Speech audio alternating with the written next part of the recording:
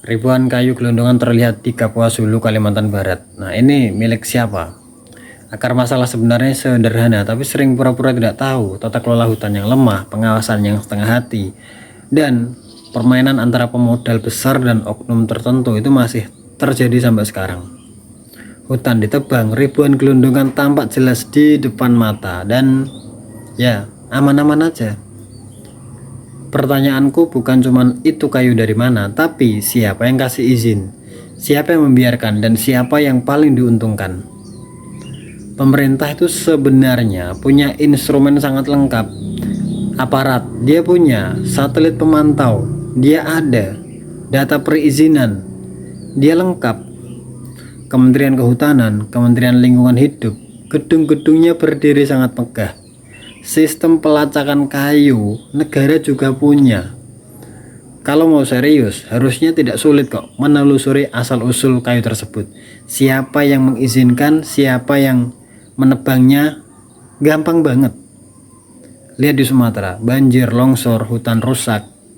Kita semua itu tahu. Salah satu penyebabnya adalah deforestasi. Kita juga masih ingat kisah seorang nenek yang mengambil beberapa potong kayu lalu dihukum, padahal itu untuk kebutuhan hidupnya. Hukum itu terasa sangat tajam ketika ke bawah, tapi seringkali tumpul ketika ke atas. Nah, sekarang ribuan kayu gelondongan itu terlihat jelas di depan mata. Di mana keadilan? Dalam perspektif Islam, penegakan hukum tanpa pandang bulu itu sangat tegas. Siapapun pemiliknya, siapapun pelakunya, dan siapapun yang bersalah akan dihukum dalam Islam. Dan tidak pandang bulu. Contoh, ini sudah dikasih contoh sama baginda Nabi Muhammad Rasulullah SAW. Beliau pernah bilang, ketika anaknya mencuri, beliau sendirinya akan memotong tangannya. Dan ini kan contoh, tidak pandang bulu. Beliau itu Nabi. Yang kedua, audit total izin konsesinya dan jalur distribusi kayunya. Gunakan teknologi yang sudah ada, jangan hanya reaktif ketika sudah viral.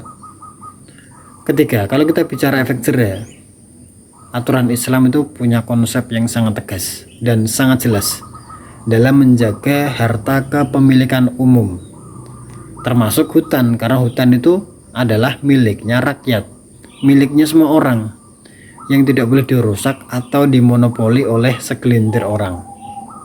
Dalam sistem yang serius atau dalam sistem Islam, perusakan sumber daya alam atau sumber daya miliknya rakyat itu bisa dikenai sanksi sangat tegas. Apa itu? Bisa ditakzir, yang membuat pelakunya itu berpikir ribuan kali untuk melakukan itu.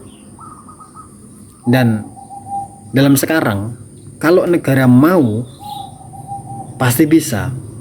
Karena negara itu punya kuasa, punya alat, punya aparat. Tinggal keberanian untuk benar-benar berdiri di sisi keadilan. Jangan sampai hukum itu tajam untuk yang lemah, sementara tumpul ketika berhadapan dengan ribuan gelondongan kayu di depan mata.